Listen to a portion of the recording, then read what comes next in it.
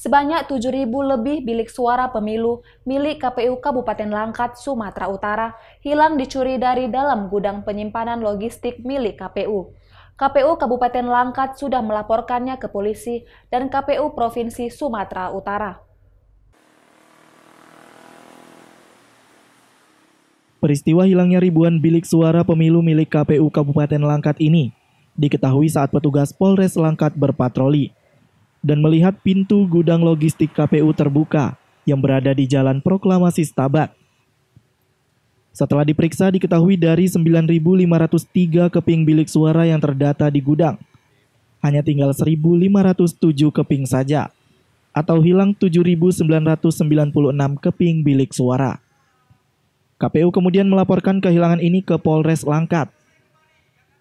Ketua KPU Langkat Agus Arifin menyatakan, bilik suara tersebut merupakan bilik suara pada pilkada serentak yang lalu.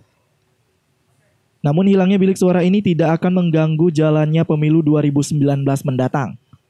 Sebab KPU Kabupaten Langkat sudah meminta pergantian bilik suara ke KPU Provinsi Sumatera Utara dan KPU Pusat. Ya, terkait dengan kehilangan logistik KPU Kabupaten Langkat, khususnya bilik suara, itu berdasarkan data yang dimiliki KPU Kabupaten Langkat,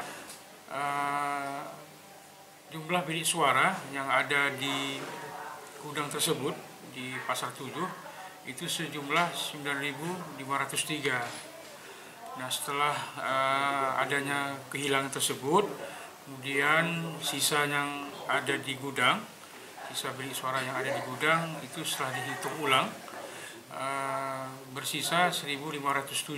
Dengan kehilangan bilik suara yang sejumlah 7.000 ini menurut kita tidak akan mengganggu tahapan atau pelaksanaan pemilu 17 April 2019 karena prosedurnya nanti akan kita mengajukan pengganti sejumlah kekurangan atau kehilangan yang terjadi pada saat ini. KPU Kabupaten Langkat sendiri memiliki 5 gudang penyimpanan logistik yang disewa dari anggaran KPU Kabupaten Langkat.